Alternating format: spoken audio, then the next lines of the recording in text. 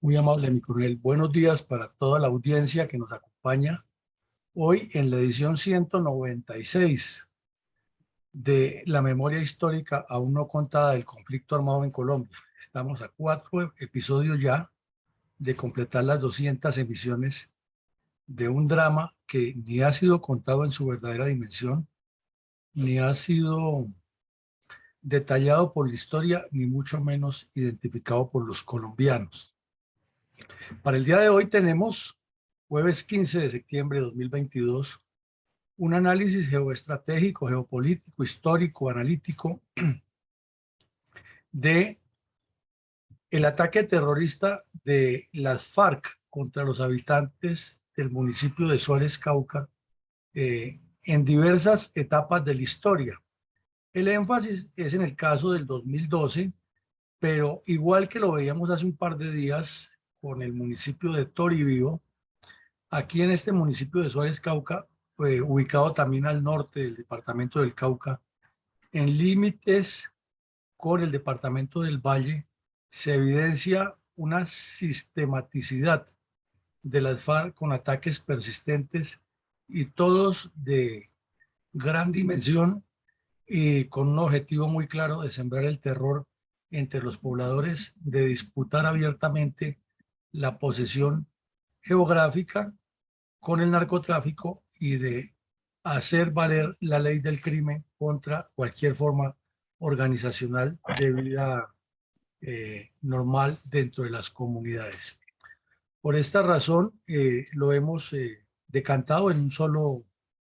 episodio, pero son muchos los casos, como lo vamos a ver, e indican que sobre las goteras de la ciudad de Cali se teje algo mucho más profundo que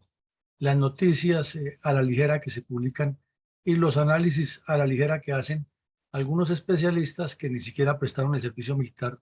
y fungen en los medios como conocedores de defensa nacional. Sin más, pues iniciemos, mi coronel. Mi coronel, para hoy 15 de septiembre del 2022 vamos a analizar un fenómeno complejo de violencia multiforme sucedido en la subregión norte del departamento del Cauca, convertido en esencial puntal geopolítico y geoestratégico para los intereses de los cabecillas de las FARC, del ELN y de otros carteles narcotraficantes, con miras a la implantación de un criminal sistema de violencia contra el campesinado, en pos del control terrorista de la zona. Y en ese orden de ideas, ¿cuál es el impacto y cuál es el rol estratégico del ya, por fuerza de la costumbre, conflictivo municipio de Suárez, Cauca, en esta estratégica zona de la cordillera occidental con prospección al Valle del Alto Cauca? Bueno, como lo decíamos ahora en la introducción, es mucha la cantidad, es muy grande la cantidad de acciones criminales que las FARC han cometido contra este municipio, que como lo vemos en el mapa, así de primer vistazo, que está resaltado con rojo sobre el mapa del Cauca, su posición geográfica tan privilegiada incide en que se presenten tantos y tantos hechos de violencia sobre esa región. Además, porque no es solamente las FARC, sino que han sido distintos grupos criminales que han pasado por allí y que en este momento es el epicentro de una pugna muy fuerte entre los carteles de las drogas, incluidos naturalmente las FARC y el ELN. Entonces, para entrar en ubicación geoestratégica, volvemos a presentar qué es lo que ocurre. El departamento del Cauca es una Colombia pequeña. En el departamento del Cauca está reflejado toda la formación étnica, geográfica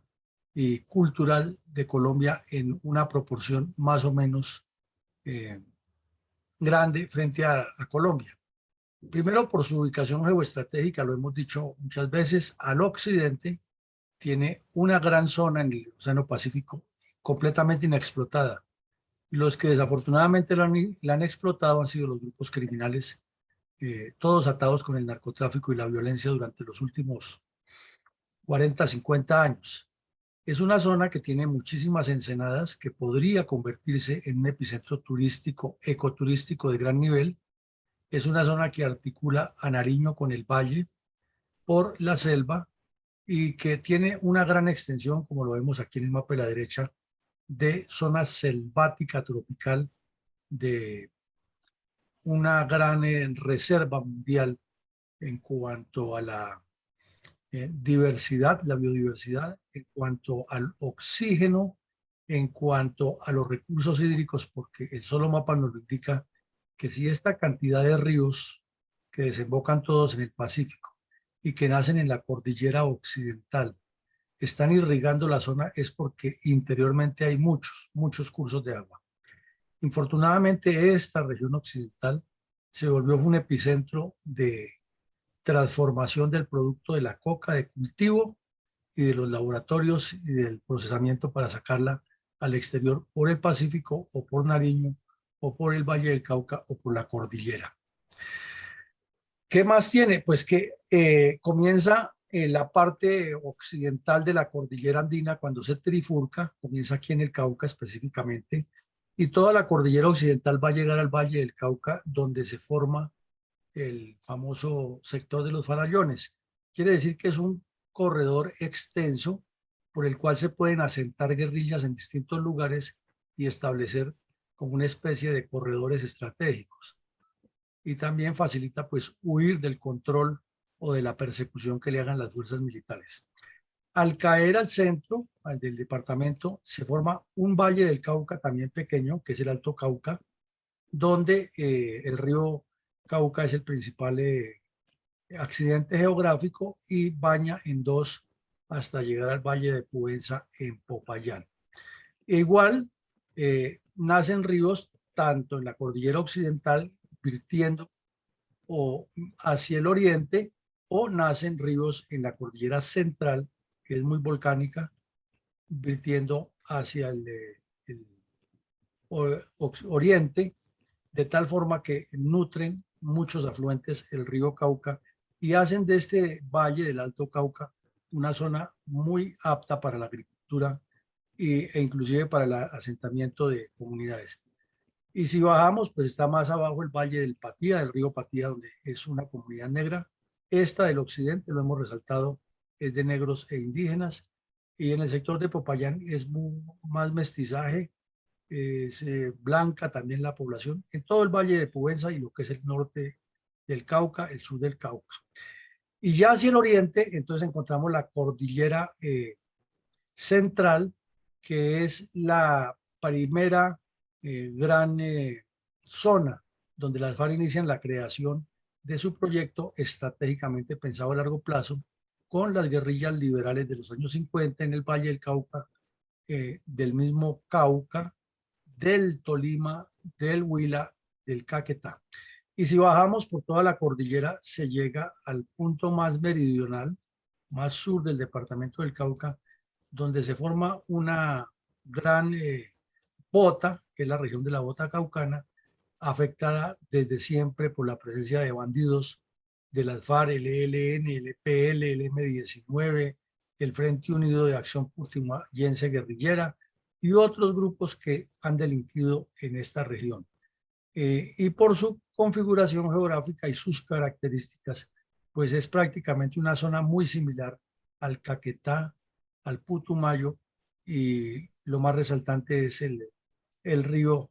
que cruza y divide el departamento de Putumayo con el departamento del Caquetá. Por lo demás, es una zona que es muy igual. Entonces, como vemos, es un departamento de una diversidad impresionante. Es una Colombia pequeña, tiene selva tropical, montaña,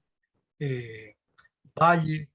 colinas, todos los pisos térmicos, zonas muy frías, volcanes. Lo único que le falta son los desiertos de La Guajira para haber quedado completo. De resto, en la parte humana, pues tiene indígenas, tiene afros, tiene mestizos, tiene blancos, tiene origen europeo. Lo que se busque se encuentra allá en el Cauca. Y el oriente y norte del Cauca, históricamente, desde cuando el Partido Comunista buscó establecer en esta región un nudo estratégico que llegue a Cali, que llegue a Popayán, que llegue a Neiva, que llegue a Ibagué y se proyecte hacia Bogotá y hacia el Pacífico, ha sido territorio de conflictos que infortunadamente los gobernantes de turno, todos sin excepción, no le han dado una visión estratégica para resolver esta dificultad, sino que se han limitado a enviar las fuerzas militares o la policía a que enfrenten desde la óptica armada lo que hay que enfrentar, pero no con unos planes de desarrollo ni de integración con estas comunidades, ni de solución a la cantidad de conflictos que haya, porque hay conflictos entre negros e indígenas, entre blancos negros, entre mestizos e indígenas, por la posesión de la tierra, por las titulaciones de facto que se han hecho y por la presencia de la delincuencia que ha causado infinidad de delitos, como lo veíamos en Toribío, que también tiene una historia larga. Y el municipio de Suárez, viendo el mapa, aquí queda Suárez, está muy cerca de Cali, realmente no es muy lejos. La comunicación terrestre pues es buena y la comunicación siguiendo el eje de la cordillera por los Farallones también es buena para un grupo guerrillero que se quiera mover, pero sobre todo porque las FARC en su plan estratégico determinaron prioridad número 1 Bogotá, prioridad número 2 Cali y prioridad número 3 Medellín. Habida cuenta que en Medellín no les ha ido bien y que las condiciones del oriente antioqueño son diferentes a las del Valle del Cauca, decidieron, cuando tuvieron la derrota estratégica en Cundinamarca, venirse para Cali y comenzaron a pedir el despeje de Pradera y Florida y las goteras de Cali, porque ya tenían previsto rodear la ciudad por todos los lados. Y lo vimos en el reciente paro nacional, que toda la violencia se concentró en Cali, orientada desde las zonas aledañas. En ese sentido, el municipio de Suárez es fundamental para ese plan estratégico porque le da una posición de retaguardia estratégica y de manejo de una serie de procesos subversivos alrededor de la capital del Valle del Cauca. Pero también les da una cercanía muy próxima al municipio de Popayán. Y aquí vemos algo interesante, es que se ve un municipio enorme al occidente de Suárez Cauca, que está separado únicamente por la cordillera que iría en este sentido. Aquí la vemos, aquí lo vemos también. Y este gran municipio que está aquí se llama López de Micay. Es el epicentro de la cuadrilla 30 de las FARC en la siembra y el control del cultivo de la coca y el procesamiento del narcotráfico. Y salen toneladas y toneladas de coca por el Pacífico o hacia Cali para distribuir en los diferentes mercados que tienen los capos de la droga, y las FARC y el ELN están untadas hasta los tuétanos allá. Pero finalmente, para verlo, pues el municipio del Cauca lo vemos aquí, perdón, el departamento del Cauca lo vemos aquí. Su ubicación fundamental tiene una buena franja del Pacífico colombiano, articula a Nariño con el resto del Pacífico, articula a Nariño con el Valle del Cauca y con el Tolima, articula al Cauca con Huila y pasa de una vez Caquetá, Putumayo, y en una estrecha franja está comunicado con Ecuador. Mejor ubicación geoestratégica y geopolítica no podría tener un departamento para el desarrollo de un proceso criminal contra Colombia. Ahora miramos aquí este mapa que nos da, o estos dos mapas que nos dan más ideas de lo que pasa. Cada departamento tiene sus regiones o subregiones, como lo llaman en la geografía. El departamento del Cauca nos da nuevamente la razón de la diversidad que tiene, tanto humana como de especies, como de geografía. Es una zona pacífico, una región pacífico. La región norte, donde están todos estos municipios que incluyen a Suárez, Morales, Santander de Quilichao, Caloto, Corinto, Miranda, Toribío, que son muy conocidos por que ha habido muchas acciones criminales de la guerrilla en esa zona. Y luego tiene una región al oriente que básicamente son 3 municipios, Páez, Izá, Totoró, que se han caracterizado por una presencia larga de las guerrillas, en algunas veces con enfrentamientos entre indígenas y guerrilleros, en otras de connivencia. Y allí, por ejemplo, en su época inicial, tiro fijo llegó hasta en una máquina de escribir, dar titulaciones de tierras de facto, como si fuera un notario. Estamos hablando de los años 60, antes de la Operación Marquetalia y después de la Operación Marquetalia. Y está el municipio de Insá, que es donde las FARC hicieron la primera toma guerrillera. Pero esto, como es un nudo de cordillera, es lo que queremos resaltar, que no es nuevo, que no es casual, que el Estado colombiano y los gobiernos de turno no han entendido lo que allí se teje y se han limitado a decir, como el presidente Valencia, que eran unos bandidos de unas republiquetas independientes y que eso no era sino mandar el ejército, echarles plomo y se arreglaba el problema, cuando lo que allí se teje es todo un epicentro, una retaguardia grandísima de construcción de un movimiento terrorista que sale al Pato, al Guayabero, a las repúblicas independientes del sur del Tolima e inclusive cruzando el Tolima llega al Sumapaz, donde se construyó todo ese proceso. El centro del departamento, ahí lo ven ustedes, está muy resaltado. El municipio más grande del centro del departamento es el Tambo, muy cercano a Popayán, lo cruza uno cuando va por la carretera hacia el sur y llega precisamente a la región del sur, que uno de los municipios que más se destaca es el Patía, Balboa, Argelia y Bolívar, y Mercaderes es el otro. Este municipio de Argelia tiene muchísima relación con el narcotráfico por la misma razón que veíamos de Suárez, porque cruza la cordillera y está conectado directamente por Timbiquí hacia López de Vicay, que es donde está el epicentro de la droga y el terrorismo, o a Guapi, que también ha habido han ocurrido muchos hechos de violencia. Entonces vemos que lo que estaba ocurriendo en Suárez, o lo que ha ocurrido en Suárez, es que apenas es como el núcleo, Suárez y el otro municipio Toribío, que no son muy lejanos, que no es sino cruzar la cordillera, bajar el valle del Alto Cauca, volver a subir a la otra cordillera y está haciendo una especie de nexo, de túnel, de contacto con Toribío y Suárez, que son los dos municipios que más han sufrido el embate de la guerrilla al norte del Cauca, sin decir que los otros no lo han sufrido. Lo que pasa es que por su ubicación geográfica, como dos puntos antípodas, le han servido para ese contacto a la guerrilla. Nos queda pues claro que ahí hay una construcción de larga data y no un fenómeno particular. Ahora en la manera específica, pues vemos que el municipio tiene la misma característica de la construcción andina en la parte baja de un cerro, que tiene cerros a todos los lados, que es la parte oriental de la cordillera occidental antes de entrar al valle del Alto Cauca,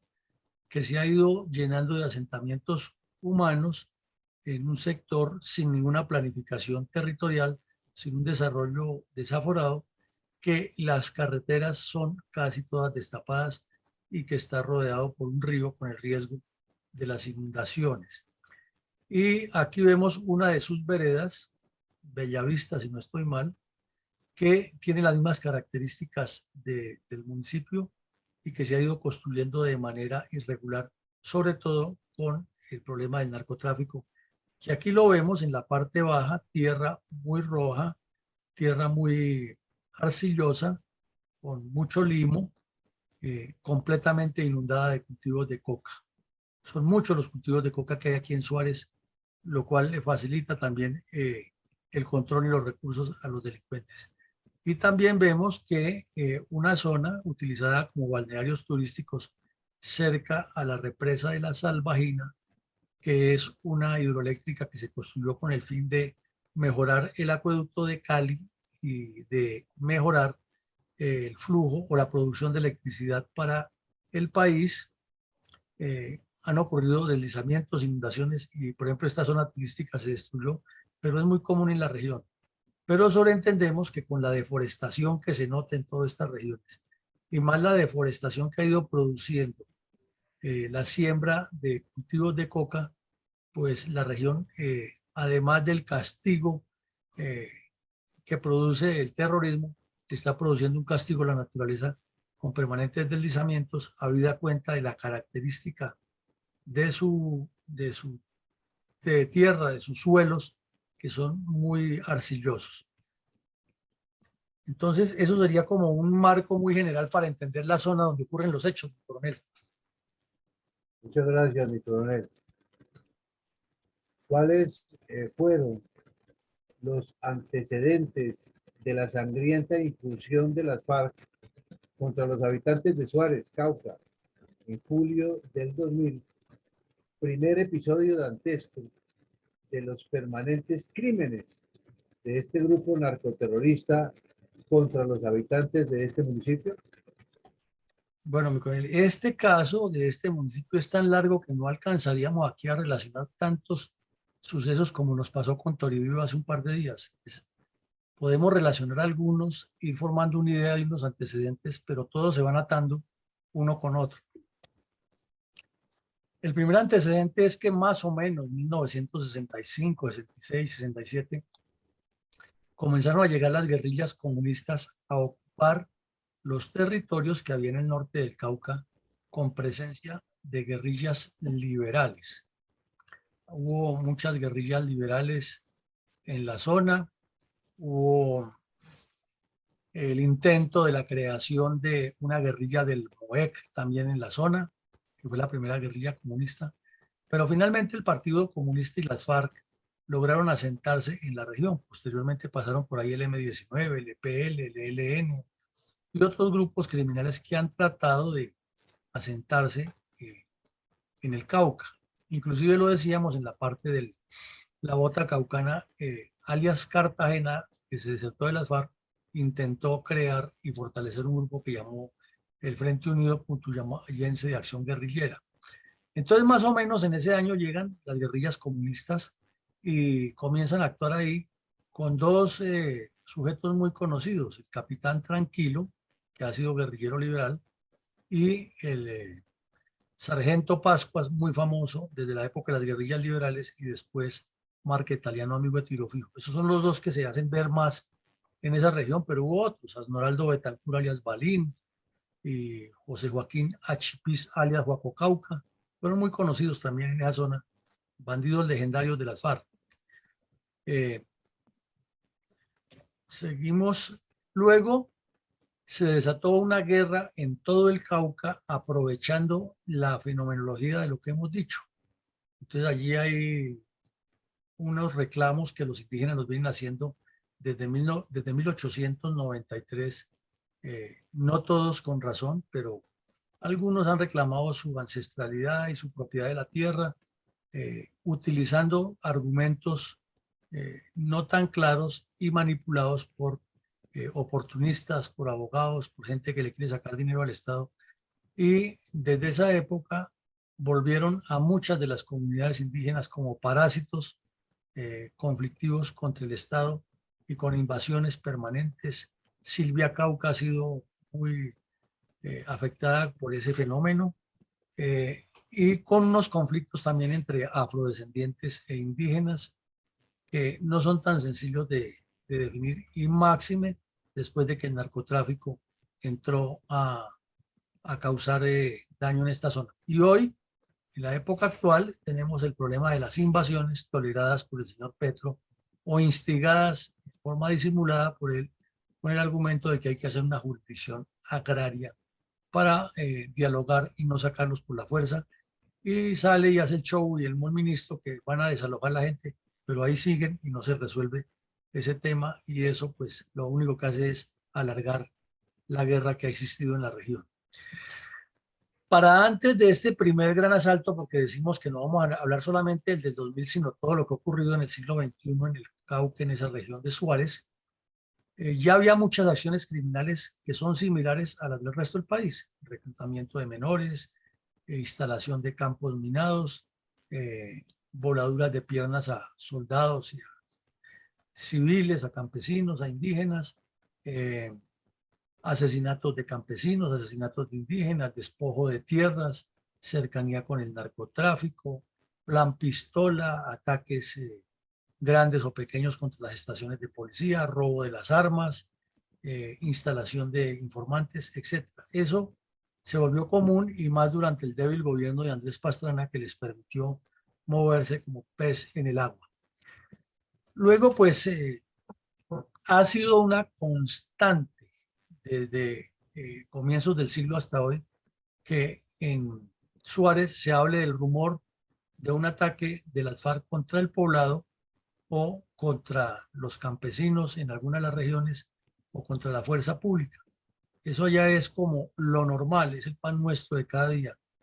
y viene desde hace rato, se ha reiterado, como también es un secreto a voces que se mueve la marihuana y la coca de manera ilegal en forma permanente, como si fuera algo normal, valga la contradicción, dentro de la región. Ha habido coordinaciones FARC-ELN desde siempre, pero ahora con la supuesta desmovilización de las FARC han aparecido más grupos del ELN cuyos ejes de gravedad están en Cali y después en Popayán y han estado muy cerca de todos los procesos que ellos llaman de luchas sociales y de construcción del movimiento revolucionario en la región. Y no desde comienzos del siglo, sino desde comienzos de las FARC en los años 60, esa zona ha sido trabajada por el Partido Comunista. Lo que pasa es que estas organizaciones han ido cambiando de nombre y finalmente se llamaron Partido Comunista Clandestino, Movimiento Bolivariano Clandestino y Milicias Bolivarianas. Ellas, como los hemos visto en los anteriores episodios, han estado presentes construyendo zonas bases, zonas de apoyo, pero allí en esta región han sido permanentes desde la aparición de las FARC. Primero se llamaban Autodefensa Revolucionaria, luego la llamaron las Juntas Patrióticas, luego ya la llamaron el Partido Comunista Clandestino. A partir del 2000 crearon el Movimiento Bolivariano Clandestino, que es una combinación de personas que en apariencia no pertenecen a las FARC, pero que son utilizadas para el trabajo de movimientos sociales, como lo llaman ellos. Y las milicias bolivarianas, que son guerrilleros, que están viviendo dentro de la comunidad, participan en los actos criminales, pero regresan y a la vez les prestan asistencia logística e inteligencia, que es lo que Mao Zedong llamó que los campesinos son a la guerrilla como el agua es al pez. Y desde luego los diálogos del Caguán que estaban vigentes para el primer episodio que vamos a ver y los que vienen son trascendentales porque la debilidad de carácter, la laxitud, la falta de foco y la ausencia de estrategia del Estado por parte del gobierno nacional y del señor Pastrana en particular y sus delegados en el Caguán, pues lo único que hicieron fue coadyuvar a que este fenómeno se creciera y se multiplicara. Esos serían algunos de los antecedentes, porque hay muchísimos más, mi coronel. Muchas gracias, mi coronel. Mi coronel, ¿cuáles son las características del ataque terrorista de las FARC que fue publicado con el título de Toma de las FARC a Salvajina en el diario El Tiempo del 31 de mayo del año 2000? Bueno, mi coronel, en el año 2000 hicieron un ataque más a Salvajina y en ese momento Salvajina no es muy lejos del área urbana de Suárez. Y es la represa que ha generado más conflictividad porque el Partido Comunista ha promovido todo tipo de protestas porque se hizo una readecuación de las corrientes hídricas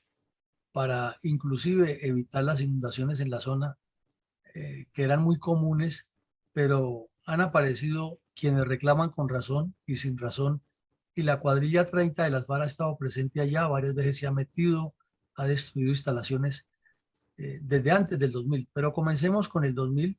Aquí nos da el periódico El Tiempo bajo el título La Toma Salvajina y hace una descripción de algunos daños que causaron y algunos crímenes que cometieron en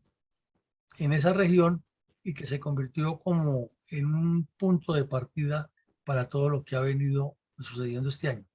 Entonces vemos que las FARC están, como ocurrió en Antioquia con el ELN en la zona de las hidroeléctricas, haciendo un mismo proceso de destrucción y de daño a la infraestructura y a la población, siempre alentándola a que proteste, repito, en algunos casos puntuales con razón y en otros con el objetivo político de posicionarse como los defensores del campesinado y los defensores del desarrollo. Eso es complejo y no ha tenido el tratamiento que corresponde por parte del Estado y se ha limitado a el asistencialismo por un lado para obviar el problema, para tapar con tierrita, y por el otro a poner las fuerzas militares a que vayan al frente de la situación sin que el Estado en su conjunto asuma la responsabilidad como es. Esa sería la explicación de Salvajina, de la toma Salvajina. Gracias, mi coronel. ¿Cómo describió el portal electrónico Rutas del Conflicto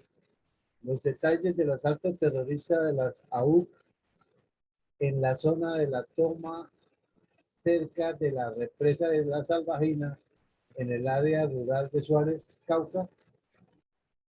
Bueno, para la época en que ocurrió este asalto criminal, este ataque terrorista contra la represa de la Salvajina, pues eran muchos los que ocurrían en la región. No era solamente ahí Suárez, sino que, por ejemplo, Cajibío, que queda muy cerquita, tiene un corregimiento que se llama Ortega, y la gente se organizó y se armó. Y allá cada vez que aparecía la guerrilla, se enfrentaban con ellos, inclusive les mataron guerrilleros, les quitaron las armas, y se volvió una zona de conflicto permanente, pero no solo Caloto, no solo Cajibío, toda la región se fue afectando con acciones criminales. Entonces, en ese tiempo estaba muy activo el señor Carlos Castaño y movió a un bandido que le decían HH hacia el sur hacia el Valle del Cauca y el Cauca. Y allí este grupo entró también y cometió una masacre. Entonces, esa masacre ocurrió en el corregimiento de La Toma, el sector de La Toma, y se volvió un problema de hondo calado porque ya se dijo que había connivencia de las autoridades nacionales y regionales con ese hecho. El mismo alcalde de Santander de Quilichao se convirtió en el crítico número 1 de la presencia militar. Ese muchacho inclusive ha sido cadete de la Escuela Militar de Cadetes, pero era el alcalde de Santander en esa época, y fue en un momento muy crítico para el país cuando todos los días veíamos asaltos de municipios, actos terroristas por parte de las FARC, actos terroristas por parte del ELN y actos terroristas por parte de estos bandidos mal llamados paramilitares. En ese hecho criminal, pues causaron una masacre que la prensa de izquierda, como en este caso de Rutas del Conflicto, le ha dado una connotación muy especial, poniéndola por encima de todo, y le ha servido de referente, obviamente, al cura de Ruf para ignorar completamente todo lo que hicieron las FARC y poner en primer plano lo que hicieron los mal llamados paramilitares. Esto es un ejercicio largo, es una mecánica muy conocida por parte de las guerrillas de las FARC y del ELN y de sus correligionarios y sus propagandistas, de darle la vuelta al asunto y no presentar los hechos como son. Son tan responsables de lo que ocurrió allí las FARC como los mismos mal llamados paramilitares, porque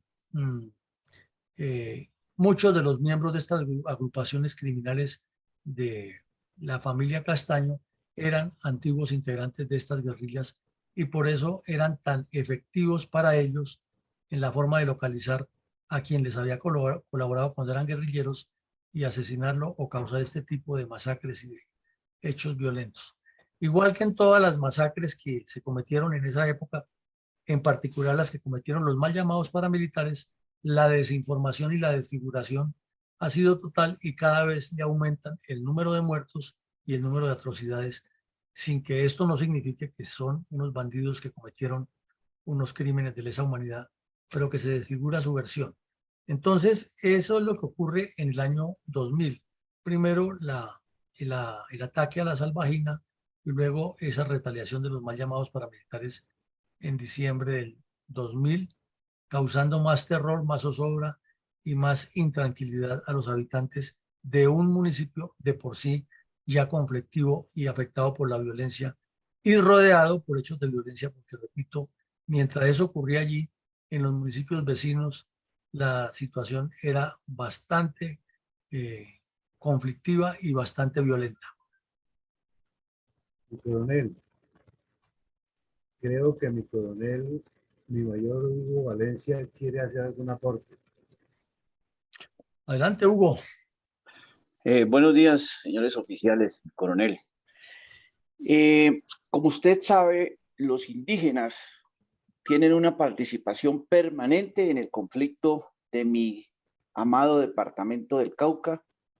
y en esos municipios de donde viví mi niñez y mi adolescencia. Ese liderazgo que tienen sus gobernadores en el CRIC o fuera del CRIC, en los cultivos de marihuana y cultivos de coca, y esos dos grupos, las peleas permanentes entre guambianos y paeses, también dejan en la historia del Cauca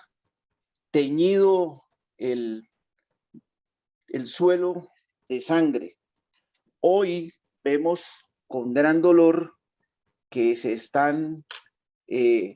comprando tierras como lo decía usted, en Suárez, Cajibío,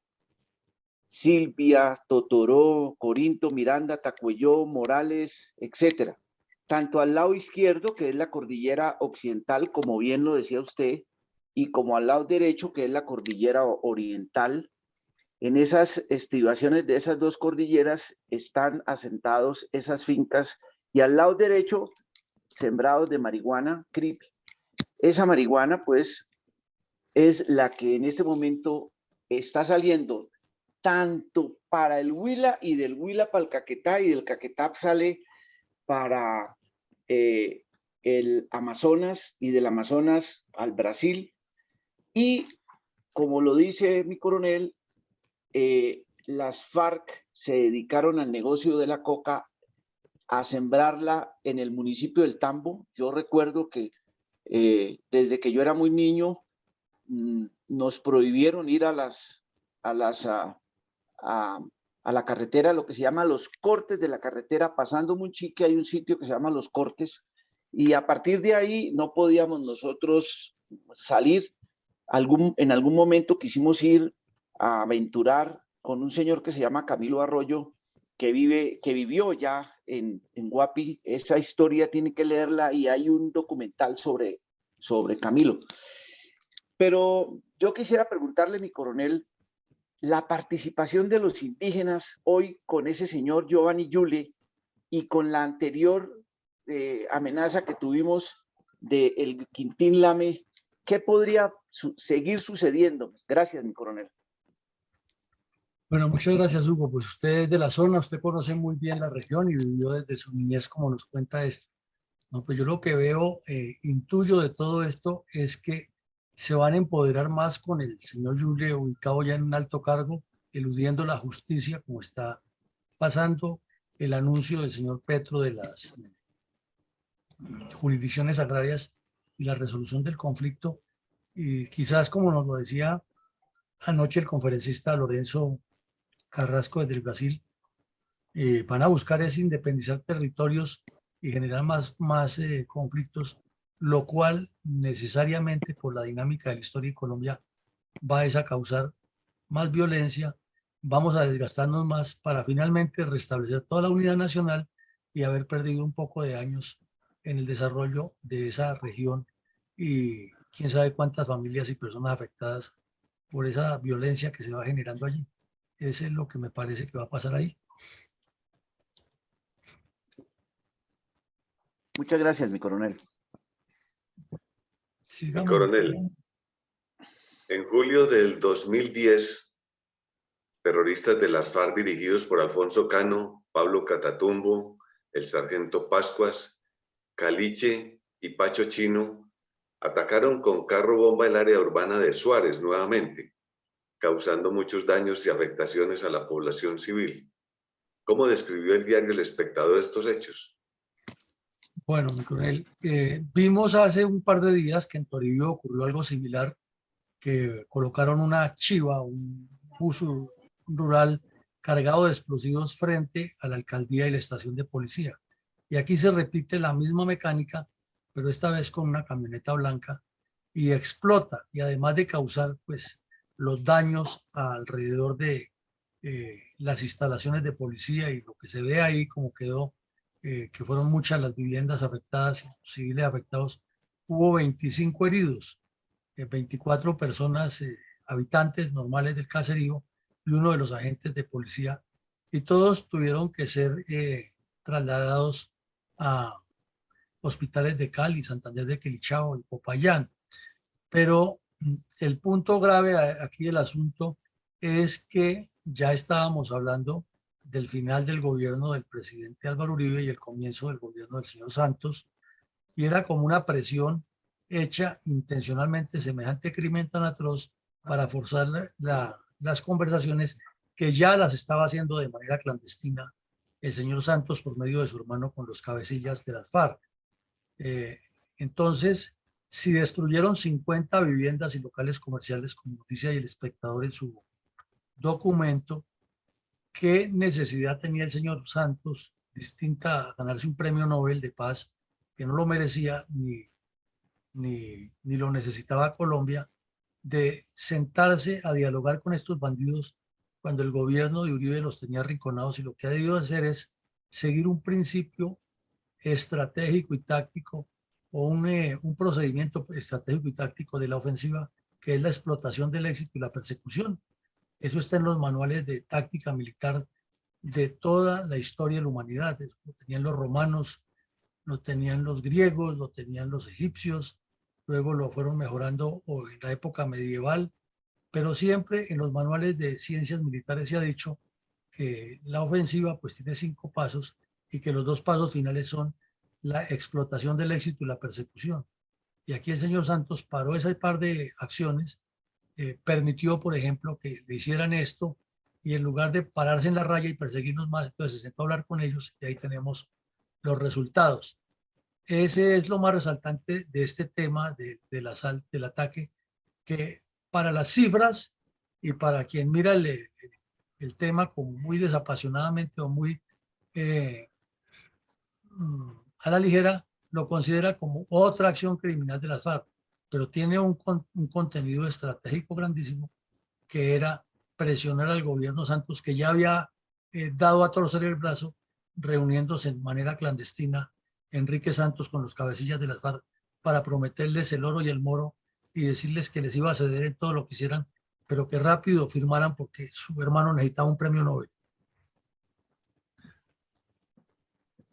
Si la guerrilla hubiera utilizado esa genialidad que utilizó para la construcción de los artefactos explosivos improvisados, lo mismo que para los lanzamientos de estos pipetas de gas, otra sería la realidad de la región. Mi coronel, ¿implica la muerte de Alfonso Cano en Suárez, Cauca, en noviembre de 2011, alguna razón estratégica de las FARC contra Cali o Popayán con ocasión del plan Renacer de las FARC? Sí, sí, mi coronel, decíamos y veíamos en el mapa, lo iba a ver, pero mejor voy a la noticia directamente. Cuando cayó Alfonso Cano, él cayó en Suárez, no muy lejos de la represa de la Salvajina, no muy lejos de Cali. Y por eso esa especie de viudez que sintió el obispo de Cali fue matemática ahí mismo, y salió con el cuento de que era un pobre viejecito sin nadita que comer, como en la poesía de Pombo, y que lo habían asesinado y que estaba sin gafas y que pobrecito, que no veía. Y todo ese cuento que inclusive la terrorista Victoria Sandino lo ha repetido varias veces en el Congreso, y hasta le pidieron a la JEP que condenen a la nación por el crimen del camarada Alfonso Cano, pagándole lógicamente dinero a la familia de Cano. Eso es lo que piden las FARC. ¿Qué ocurrió? Que se dijo muy a la ligera que Alfonso Cano se había movido del Cauca, eh, hacia el Cauca, mejor, desde el Tolima, porque la presión militar que le tenía la operación que se estaba desarrollando en esa región contra él era tan efectiva, que ya había caído Jerónimo Galeano y habían caído otros cabecillas cercanos a Cano, inclusive un par de bombardeos que vimos aquí en un episodio anterior. que ya era cuestión de días para que Cano cayera. Eso es parcialmente cierto y es una parte de la verdad. Pero la otra es que si recordamos, desde el comienzo del gobierno de Uribe, cuando le dijeron que ellos querían dialogar, que Uribe les dijo, eso es muy fácil, no despejamos ninguna zona, nos reunimos en una escuela, en una región, en una vereda, el Estado se les garantiza que se cuide, se presta seguridad alrededor de la vereda y ya nos reunimos 5 de ustedes y con nosotros hacemos la paz. Entonces eso no les sonó porque ellos lo que querían era zonas de distensión, zonas despejadas y sobre todo 2 municipios en las fronteras de Cali, Pradera y Florida. Pero como ya habían determinado que luego de la gran operación que se hizo aquí en Cundinamarca, Libertad 1, que lo sacó y que definitivamente no pudieron recuperarla porque hicieron varios intentos, ya vimos también en estos episodios uno de esos, cuando cayeron Mariana Pérez y Antonio aquí en el páramo. La solución fue girar hacia lo que Alfonso Cano llamó el Plan Renacer, con énfasis en la ciudad de Cali. Por eso, al iniciar el Plan Renacer, Cano se trasladó hacia Suárez, además porque mantenía el cuento y la caña de que él estaba en el sur del Tolima y así tendría engañado a las fuerzas militares y de policía, a la inteligencia buscándolo. Pero afortunadamente la inteligencia consiguió datos muy valiosos y ese programa tan esencial que se promovió en el gobierno de la seguridad democrática de la desmovilización y entrega fue fundamental. Hemos visto aquí también que se perdió la posibilidad de haber articulado toda la memoria histórica para lo que tiene que ver con la reconstrucción de los hechos. Pero sí se aprovecharon algunos casos específicos de inteligencia y por eso se localizó a este señor allá, se le hizo la aproximación táctica con los grupos RECON, se ubicó y en el bombardeo se dio de baja. Entonces lo que significa la muerte de Cano allá es que Suárez, Cauca y esa región del norte, como la acabamos de ver y de describir y analizar con el complemento que nos hizo mi mayor Valencia, nos da una claridad exacta de qué es lo que se teje ahí, cuáles son los intereses que hay del narcotráfico, cuáles los intereses de las FARC y cuál es el propósito que tienen sobre la ciudad de Cali con lo que ha ocurrido en las violentas protestas llamadas marchas pacíficas de los angelitos de la primera línea. Ese es a grandes rasgos lo que pasa con la muerte de Cano y cuál es su importancia estratégica de estar en esa región o de esa región para el proyecto de las FARC. Mi coronel, ¿en qué aspectos influyó la muerte de Alfonso Cano en la dinámica y en la presencia terrorista de las FARC en el municipio de Suárez? Pues mi coronel, cualquier lego en la materia pensaría que después de la muerte de Cano tan precisa, tan exacta y tan contundente, las FARC irían a renunciar a estar en esa zona porque considerarían que estaban ya prácticamente derrotados y que el Estado los tenía localizados. Pero los hechos posteriores demostraron que no. Allí siguieron los combates, no al otro día, pero sí en breve tiempo hubo nuevos combates y nuevas acciones criminales de las FARC contra los pobladores de la región. Y aquí vemos que en menos de 3 años, 2 años después, 2 años y medio exactamente después de la muerte de Cano, el ejército, por poner un ejemplo, le desmanteló toda una fábrica de armas artesanales a la guerrilla de los que mencionaba mi coronel Alarcón, de las pipetas y de lo que llaman los tatucos y de armas de fabricación casera con alto poder explosivo pertenecientes a la cuadrilla Manuel Cepeda Vargas, que está en Cali, y a la columna Miller Perdomo, que se mueve en la región. Y con eso nos queda claro que estos sujetos interpretaron la muerte de Cano no como el fin de las FARC, ni como el paso definitivo, como dice Santos, de que ahí se rubricó la terminación del conflicto y que ya lo que venía era lo necesario que se estaba haciendo en Cuba y que muchos periodistas y entre comillas analistas lo repiten, pues los hechos aquí nos demuestran lo contrario. Nos demuestran que esta gente siguió en el mismo proceso, que siguió organizando las áreas base, que siguió trabajando con los campesinos que integran las milicias o el movimiento bolivariano, o el Partido Comunista clandestino, y hoy con lo que está ocurriendo con el narcotráfico y con todos estos planteamientos que surgen alrededor de la zona, nos damos cuenta que es un plan al cual no han renunciado, que Cali sigue en la mira y que algunos de los que dicen que se desmovilizaron están en política legitimando todo este proceso, y que los que no se desmovilizaron siguen en las mismas y reclutando y haciendo lo mismo de siempre, con un enredo que se le suma más, que es el tema de la paz total, que les ofrece es que 50 zonas en todo el país de diálogo social, como decir que suba para arriba, porque el diálogo tiene que ser social, es que no se hace sino entre seres humanos, no hay diálogo entre animales. Entonces, ese punto nos da una claridad de que el tema sigue vigente, y que a propósito de la pregunta que nos hacía Mayor Valencia, con esos argumentos de las jurisdicciones agrarias y de representaciones tan complejas de indígenas, con una persona de los antecedentes del señor Juller, que no los ha aclarado ante la justicia, pues da a entender que para ellos la muerte de Cano fue una pérdida más del conflicto, más no un punto de inflexión ni de no retorno, sino un referente más para continuar en su lucha. Muchas gracias, mi coronel. ¿Por qué, según Caracol, la nación se salvó de pagar una millonaria condena por las acciones terroristas de las FARC contra los pobladores del municipio de Suárez, Cauca? Pues mi coronel, usted sabe que se volvió un buen negocio para algunos abogados, no para las víctimas, porque hay víctimas que realmente sufrieron esos daños, demandar por cifras millonarias a la nación por los daños causados por las FARC. Y lo usual es que los tribunales administrativos de los departamentos, donde hay una evidente cercanía con los abogados que ponen las demandas, fallen en primera instancia y se condenen. Y a menudo suele suceder que en segunda instancia el Consejo de Estado no solo que ratifica, sino que la aumenta. Pero este caso, aquí pues de los enfrentamientos que se produjeron con ocasión de la primera incursión del siglo XX grande, que es la de la represa y la salvajina,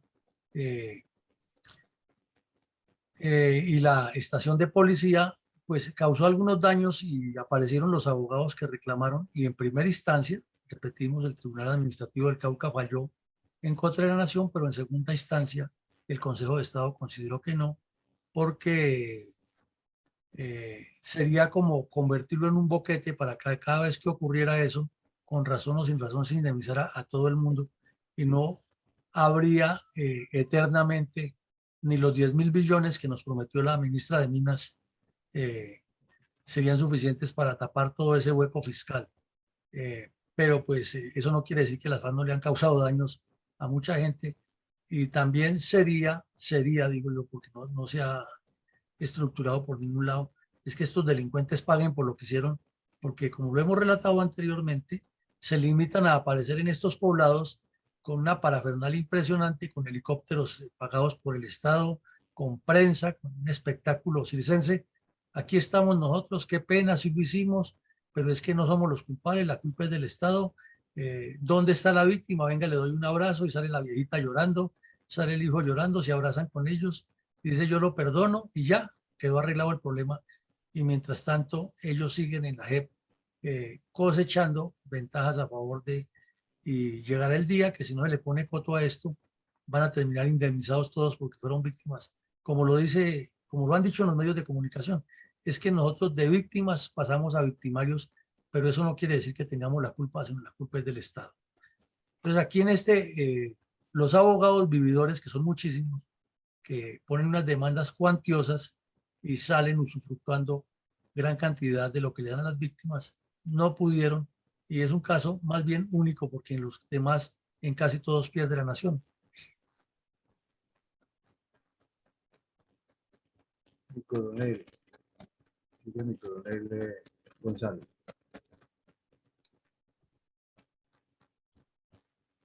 Bueno.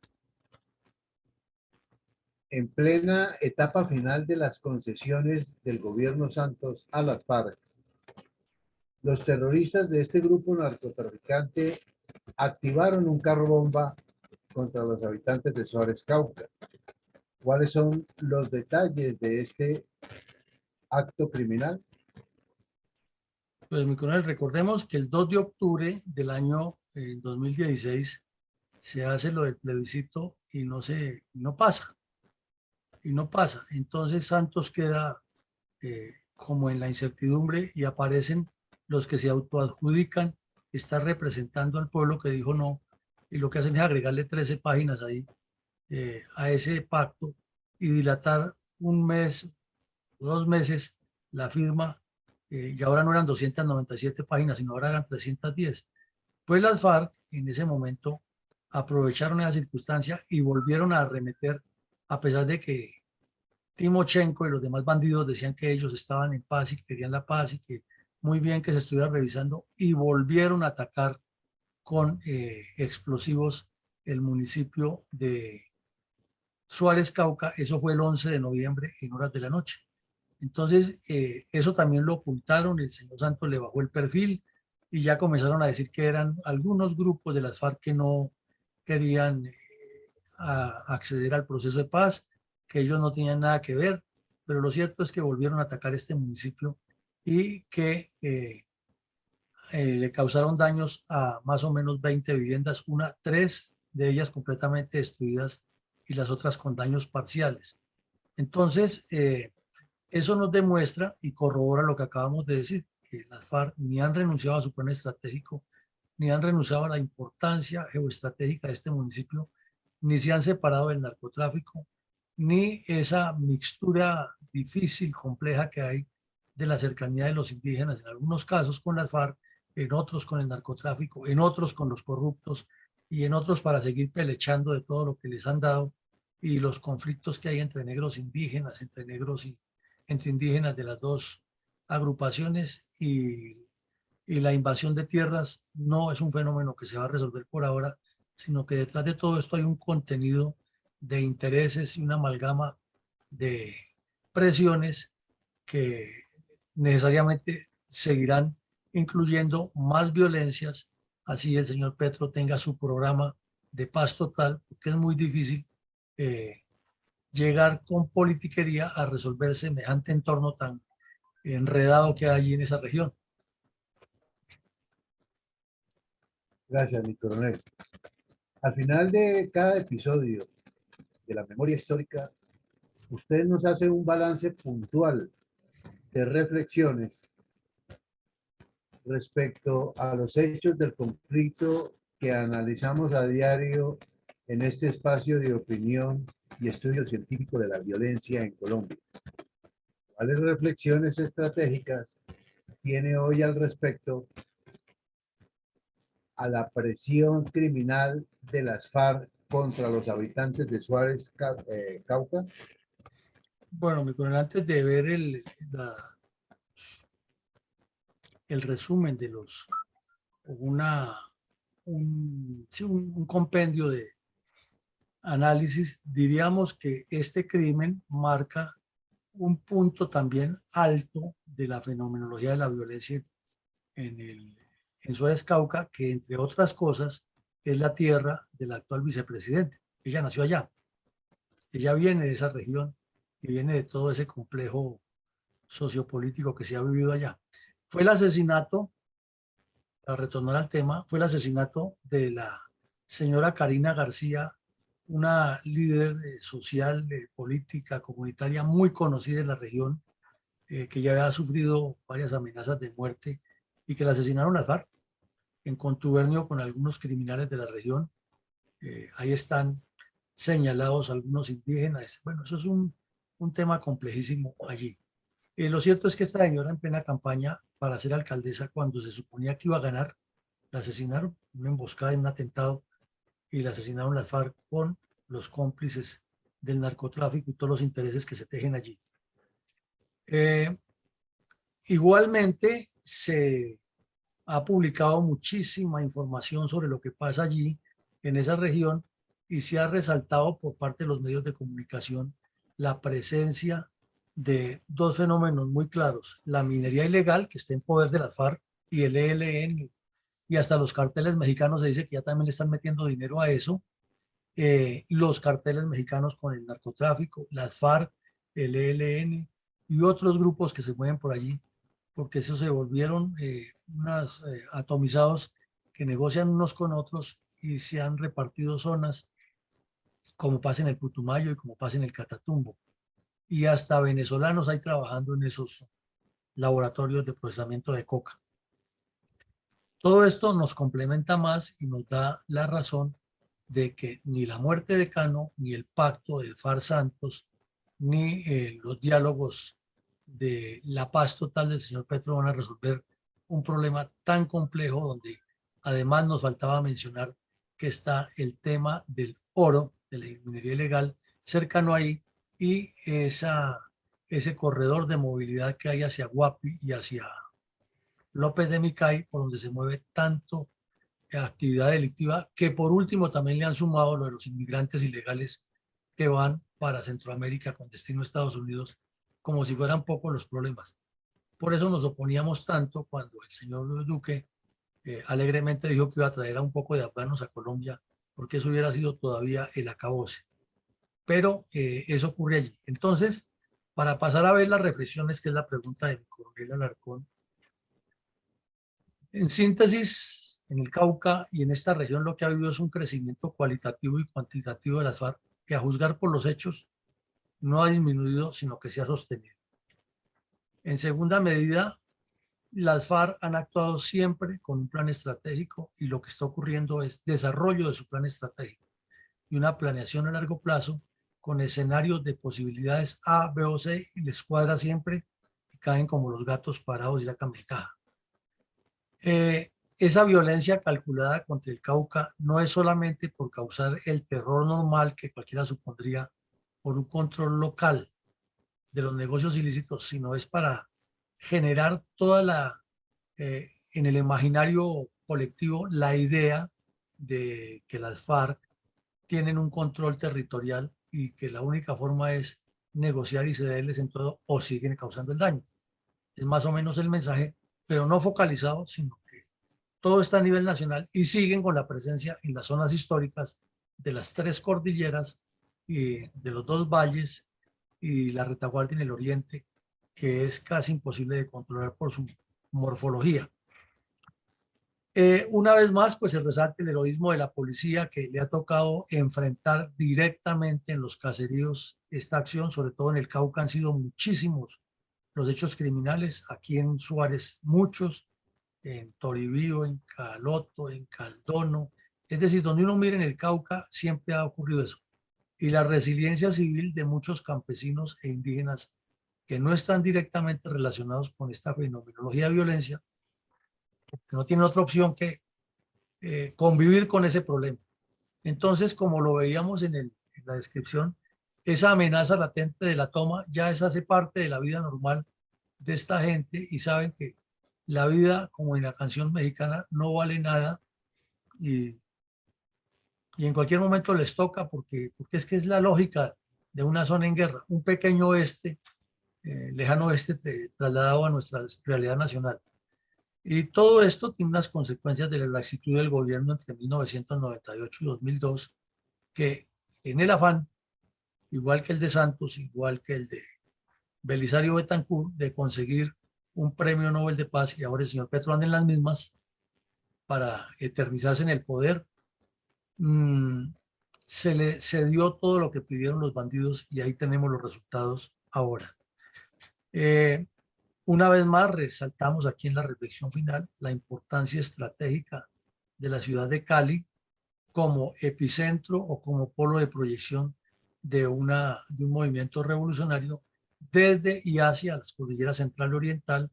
hacia todo el suroccidente del país, la región cafetera, y desde luego con aproximación nuevamente a la capital de la República. Esa es la importancia estratégica de Cali. Y en ese momento fue una presión para los diálogos del Caguán en el año 2000, pero todo el tiempo ha sido una forma de presión para unos diálogos, no para resolver el problema, sino para ganar espacio en lo cualitativo, lo cuantitativo, y como dice el ELN, que ahora está metido ahí, en sus documentos internos para ganar reconocimiento diplomático en la negociación. Entonces llegamos al final del análisis. No sé si mi coronel González esté conectado para que nos ayude con sus reflexiones diarias acerca de estos temas. Gracias, mi coronel. Vamos a aprovechar algún conocimiento que tenemos sobre esta región para hacer algunas apreciaciones geopolíticas. En primer lugar, el terrorismo de las FARC usa todas las formas de violencia. Dentro de ellas está la adaptación y tergiversación de las ideas. Tanto si no se hacen proyectos de desarrollo como si se hacen, son utilizados para inducir a la violencia. En este caso fue la adecuación de la cuenca hidrográfica de la represa de la Salvajina. El Partido Comunista ha aprovechado la ingenuidad y el bajo nivel educativo del pueblo aborigen de esta región para engañarlos con teorías tergiversadas de reivindicaciones sociales por la vía de la violencia armada. En este lugar se presenta una brecha en la cordillera occidental, que es una ruta de salida al Océano Pacífico,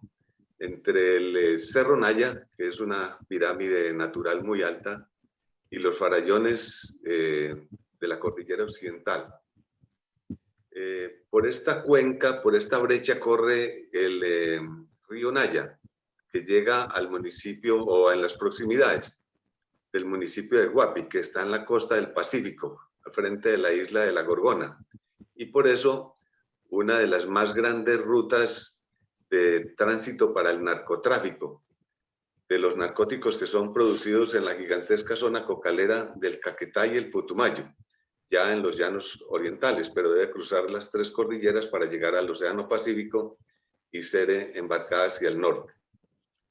La cultura aborigen de la zona tiene una densa presencia en la región. Hay bastante componente aborigen y combina conceptos culturales ancestrales, folclóricos, de economía coquera y de ideología comunistas, de supuestas reivindicaciones sociales. Una explosiva mezcla de que mientras no se deshaga, será muy difícil que pueda reducirse el estado permanente de confrontación armada. Además de que se le ha convencido de que después de 500 años deben revivir su original modo de vida y sus tribus que tenían antes de la llegada de los europeos. Algo ya imposible ante el fenómeno mundial de la globalización y la estandarización de la civilización humana alrededor de todo el planeta. Por ello no se justifica que el comunismo y su cuadrilla terrorista de las FARC se hayan aprovechado de estas circunstancias para inducirlos a una guerra terrorista que les ha costado mucho sufrimiento y destrucción y vidas humanas. Muchas gracias, mi coronel. Bueno, mi coronel, muchas gracias. No sé si mi coronel Alarcón tenga algún comentario escrito adicional. Sí, mi coronel, efectivamente. Visto los conceptos del alto gobierno, los narcoterroristas que lo acompañan, comparado con lo expuesto en el día de hoy en el programa sobre el terror implantado con sus ataques a la población y a la legal fuerza pública. De nuevo resaltamos cómo en el poder han expuesto algunos conceptos llenos de retórica como el del entrampamiento para justificar acciones delincuenciales, pero además acusar a autoridades legales. Pretenden con buenos resultados tener la desfachatez ante las evidencias de seguir negando lo que siempre han mantenido como fuente de financiación y sobrevivencia. Y lo más diciente, siguen por la misma y se ponen bravos cuando se les pregunta. Estos detalles no se pueden dejar de un lado, no se deben olvidar. Y esta es la razón mayor para el logro de nuestros objetivos con este programa. Quien no conoce la historia está condenado a repetirla. Finalmente, debemos traer a colación en el día de hoy algunos hechos delincuenciales de la zona. Primero, la desaparición y posterior asesinato del líder indígena, muy pro Federico, muy pro Uribe, muy centro democrático. Era un indígena Misac, Jesús Antonio Montaño, quien alguna vez nos acompañó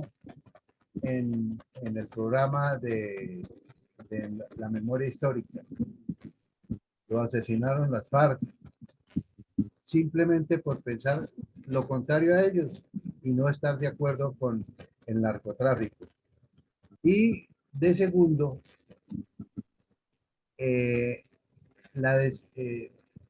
¿cómo es que se dice? Esta es la zona del terror del narcoterrorista de las FARC, alias Majin Buu, quien murió allá en Suárez, Cauca. Allí fue donde lo dieron de baja. Marihuana, coca, narcotráfico, armas traídas del suroccidente, nos dan una razón fundamental para estar pensando en que estos detalles jamás deben olvidarse, porque si no nos va a tocar,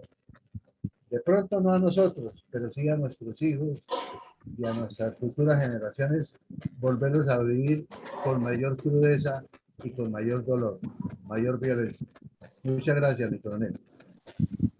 Bueno, mi coronel, muchas gracias. Entonces, usted y mi coronel González llegan a dos conclusiones muy claritas. Mi coronel González a la importancia geopolítica y geoestratégica de la zona, y usted llega puntualmente a lo de la violencia como vehículo de presión para lograr todo lo que han querido y desafortunadamente lo están logrando.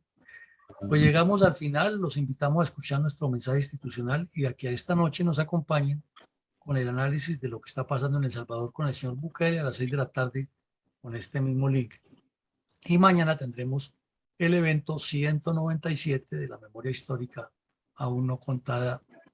del conflicto armado en Colombia.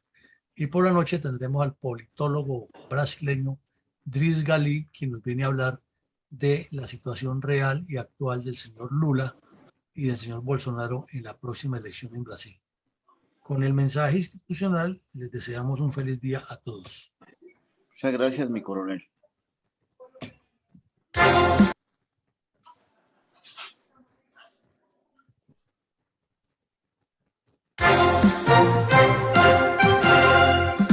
Invitado nuevamente para que todos los días, de lunes a sábado, de 7:30 a 9 de la mañana, se conecte a las redes sociales de la Fundación Excelencia, Liderazgo y Transformación, a escuchar en la voz de sus protagonistas la verdadera memoria histórica de la violencia desatada durante varias décadas por las guerrillas izquierdistas contra Colombia.